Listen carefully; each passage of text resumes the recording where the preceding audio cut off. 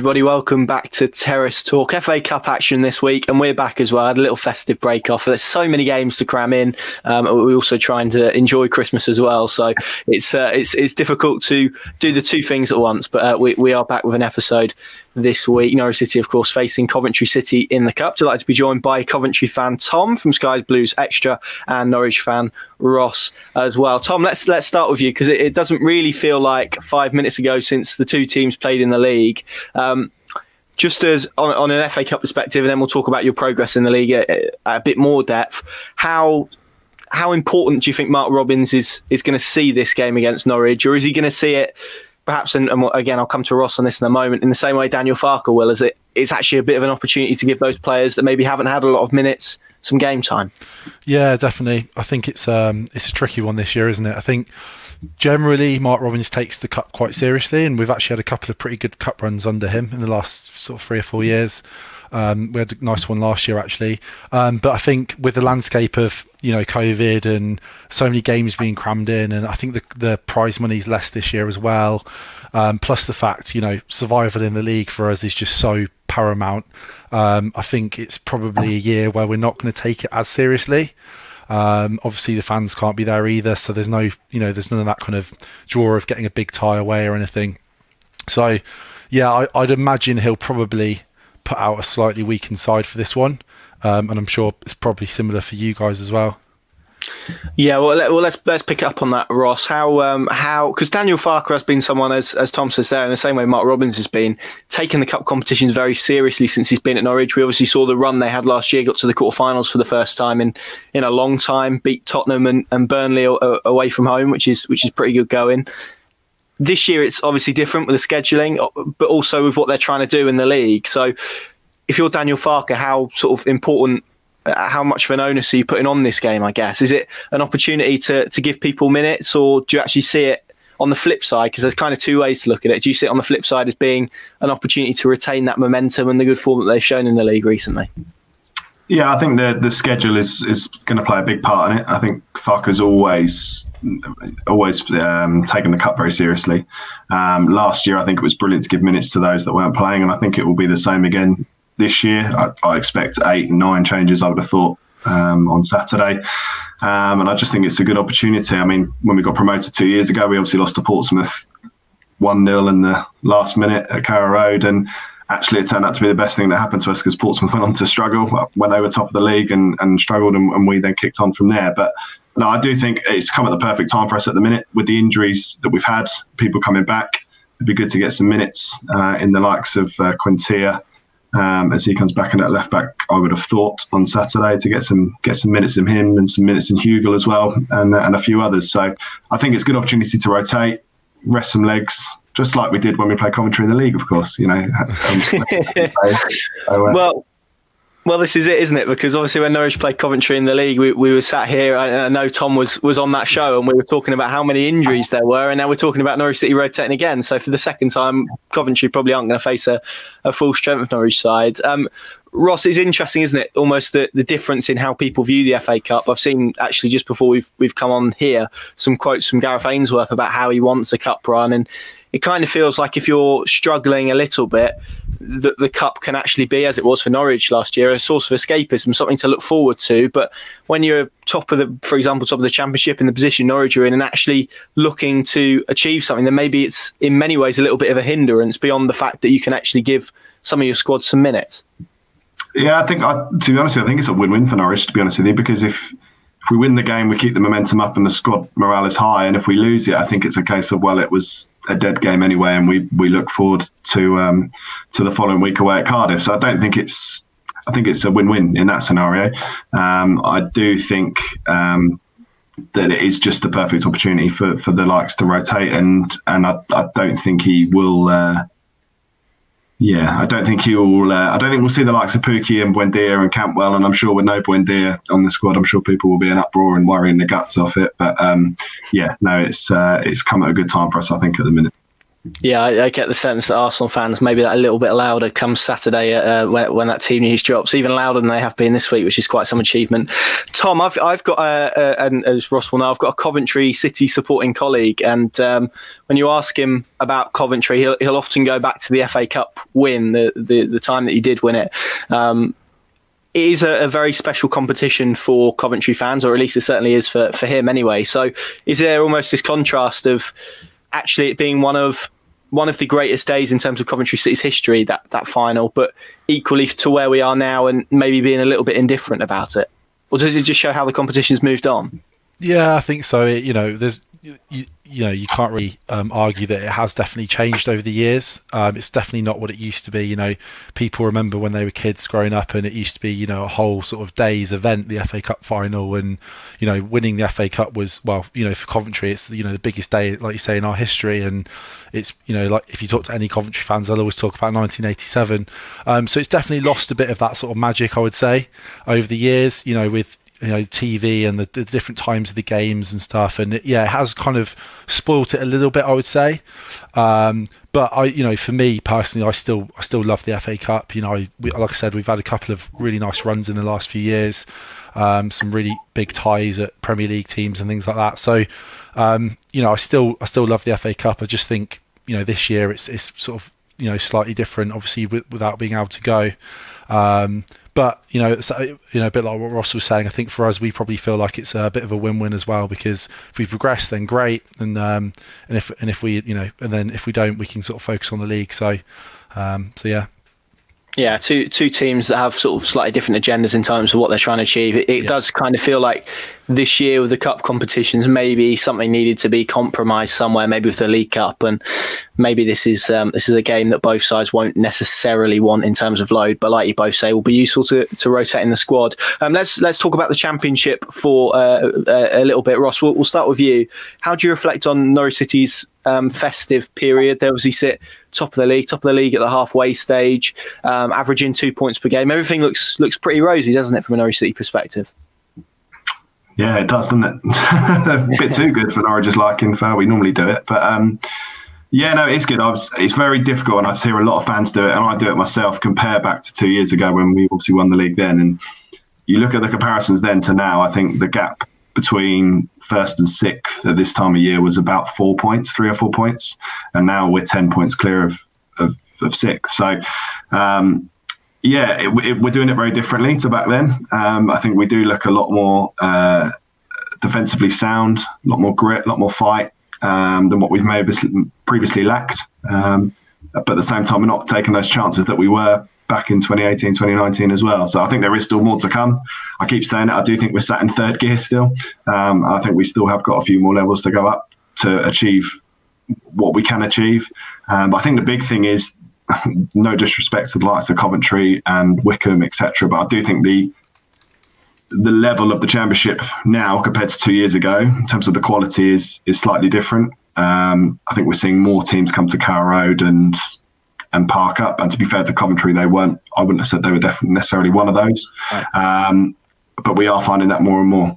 Where before, I think it was a bit more open. You had the likes of West Brom, Leeds, Sheffield United, Brentford playing at the top of the game. It was a lot more wide open, I'd say, a lot more quality within that. So I think with the squad that we've got, we're doing what we have to do.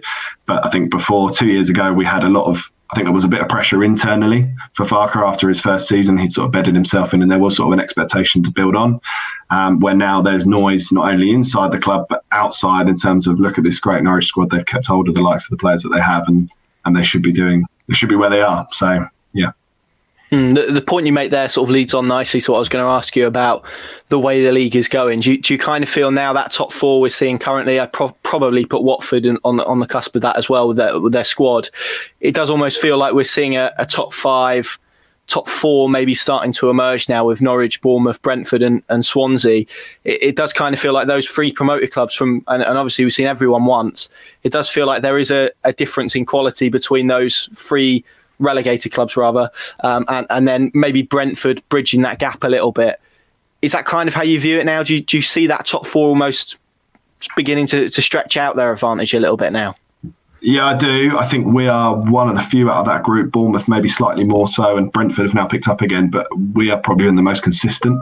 Again, I keep referring back to it, but 2 years ago we had if I remember rightly, we had hit a bit of a stumbling block around Christmas time. Then I think we drew 5 out of 6 at the end of December and into January. It's going to happen, but as long as you're not losing games and you're still picking up points, I don't think it's too much to worry about. But yeah, to answer your question, I do think it is going to be that top 4 that pushes on forward. Now, I was really impressed with Barnsley on Saturday. I'd be amazed if they're not in and around that top 6 come the end of it.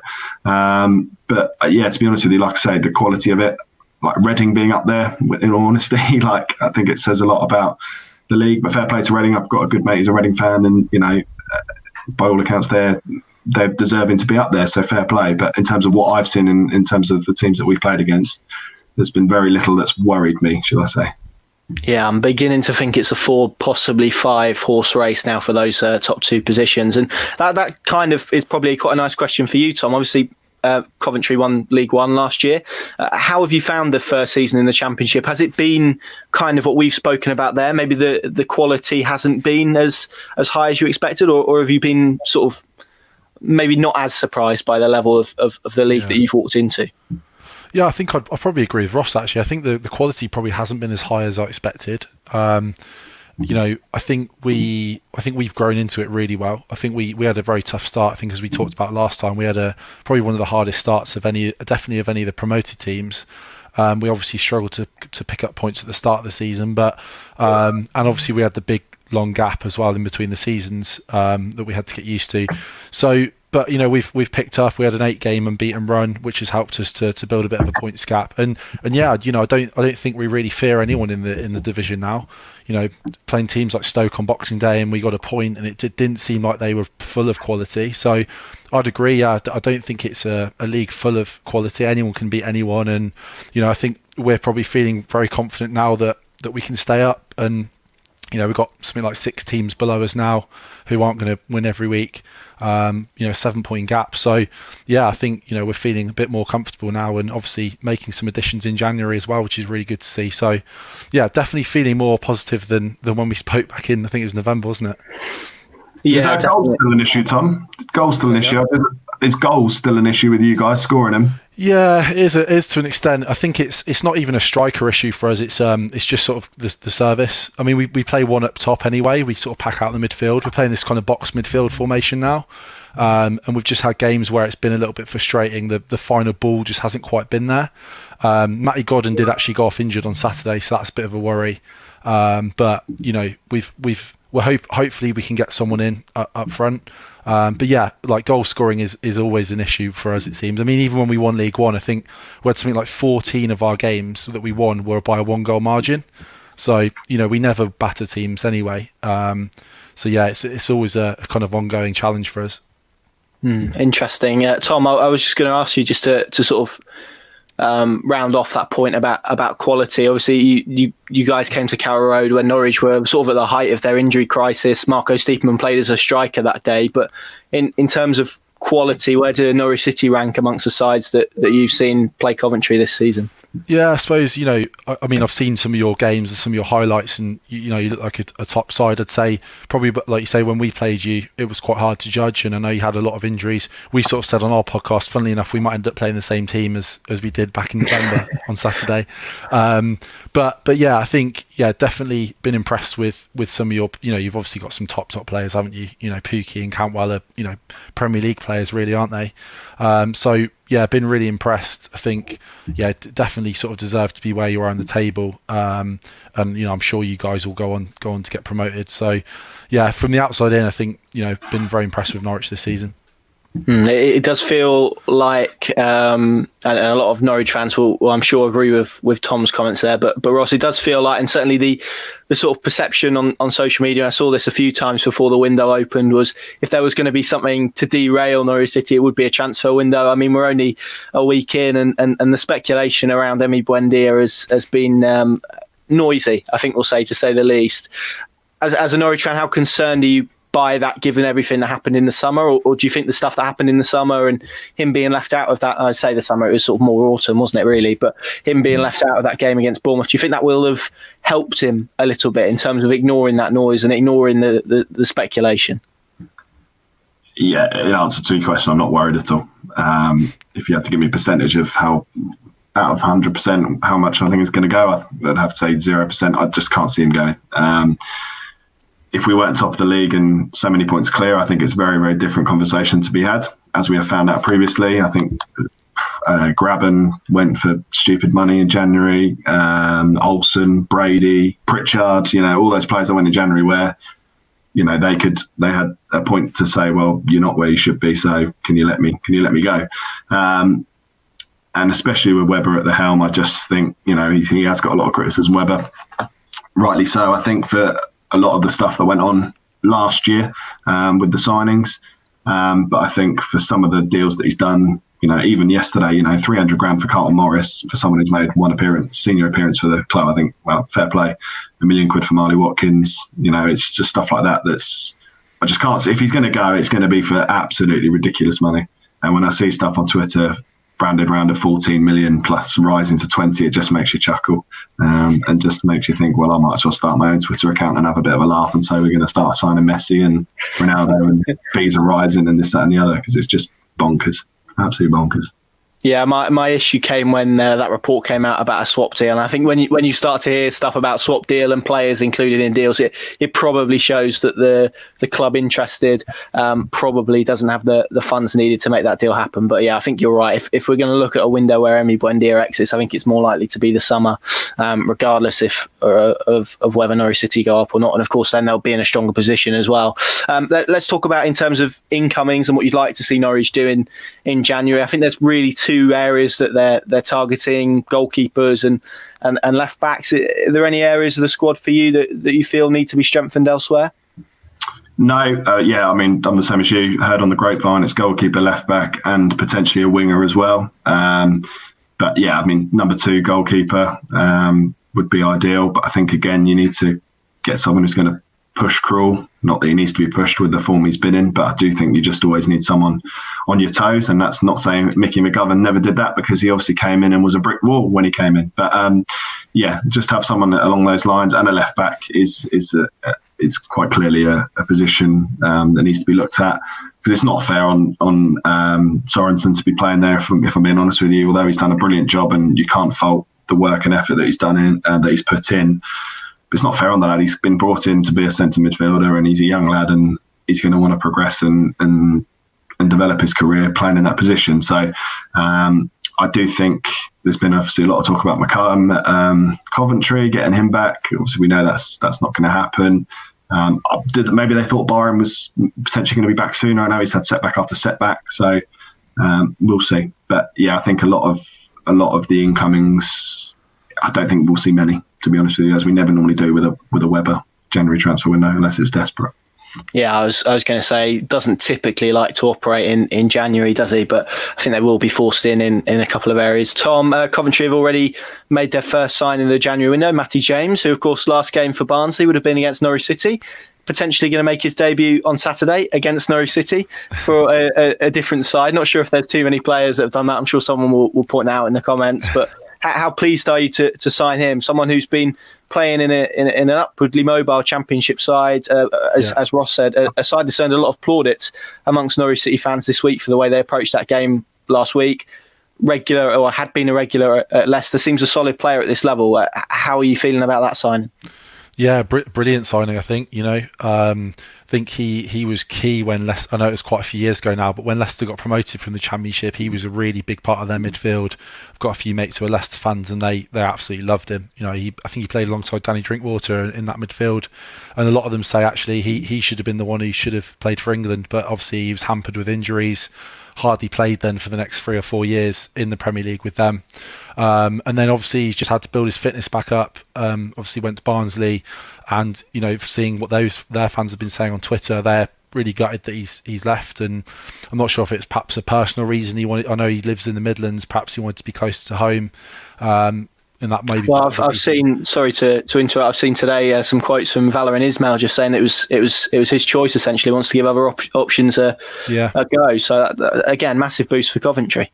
Yeah, huge boost for us. I think the other thing is I'm not sure exactly how it's structured, but the Coventry Telegraph was suggesting that it might be a loan with a view to a permanent as well in the summer, or at least he's going to weigh up his options then. So, I think perhaps a lesson learnt from Liam Walsh, who we had last season, who we couldn't get permanently and wish we had.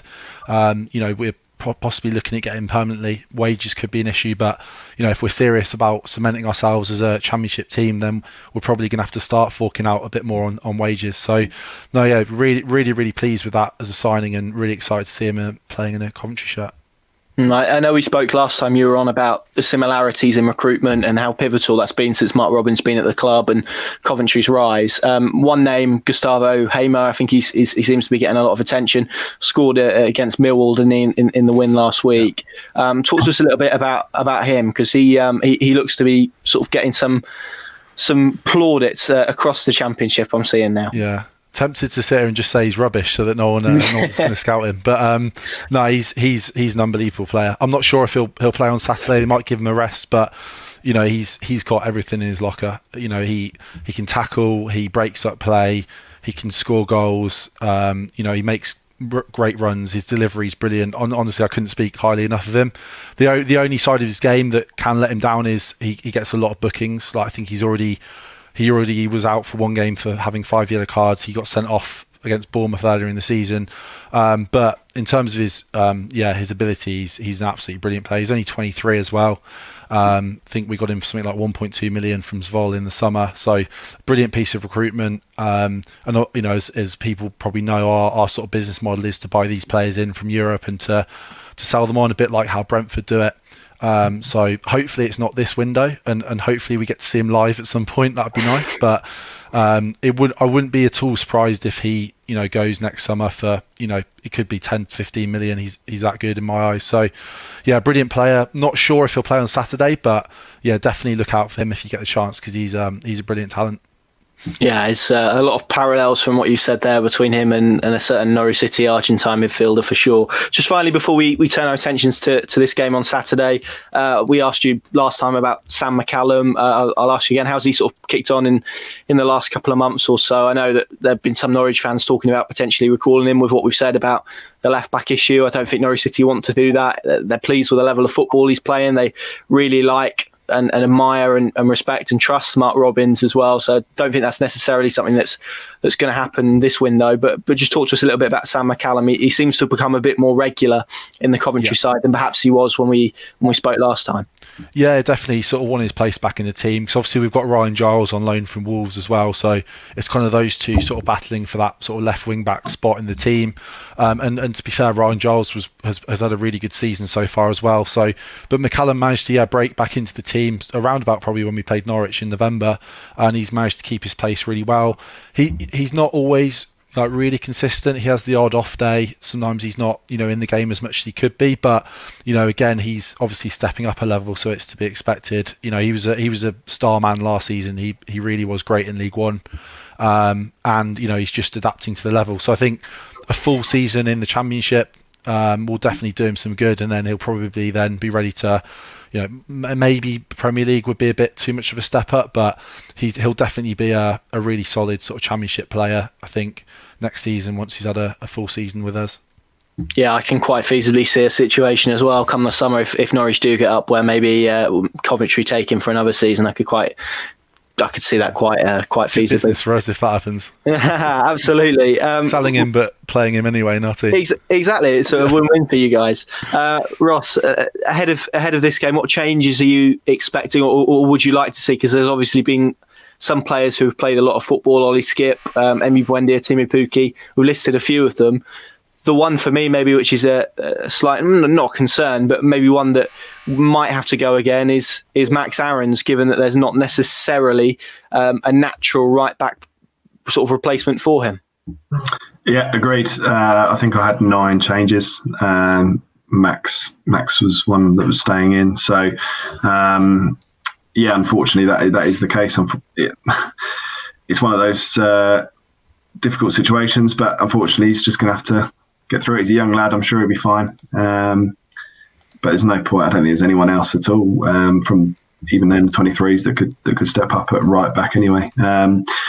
So yeah, we'll see what happens. I think there will be a number of changes. I think in the very likelihood that Hugo will be up top, it'd be interesting to see if we adapt slightly in terms of how we play, because the times that he has played up top, I have felt a little bit sorry for him. I know Farke's not going to completely go away from the way that we play, but when you've got a big lad like him in the box, it'd be nice to get a cross or two in occasionally. So if we are going to play Placheta and Martin, perhaps, which I would like to think will be the guys that are either side of him, get a few balls into the box for him for him to feed off. So yeah, it'd be interesting to see what happens, especially with the midfield as well. I think Kenny will start again. I think he's been absolutely superb since he's come back in.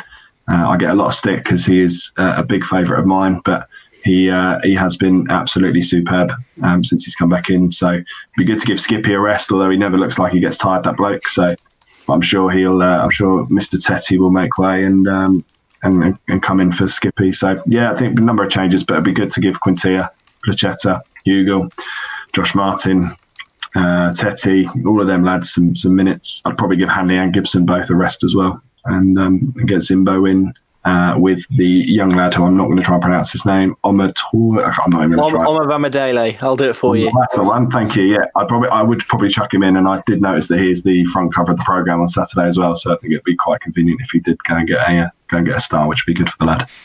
It certainly would. We obviously saw Tim Krul come back against Barnsley. How much of that was necessity over maybe him being 100%? I'm not quite sure. But is he one that you'd risk for this weekend? Because we kind of discussed this on our podcast. You can kind of look at it two ways. One side, you're going, well, arguably he might need the minutes and an extra game for his recovery, or equally, he might want to miss this one with the view to Cardiff next weekend, which is obviously going to be a very physical encounter and one that you would like to have him for.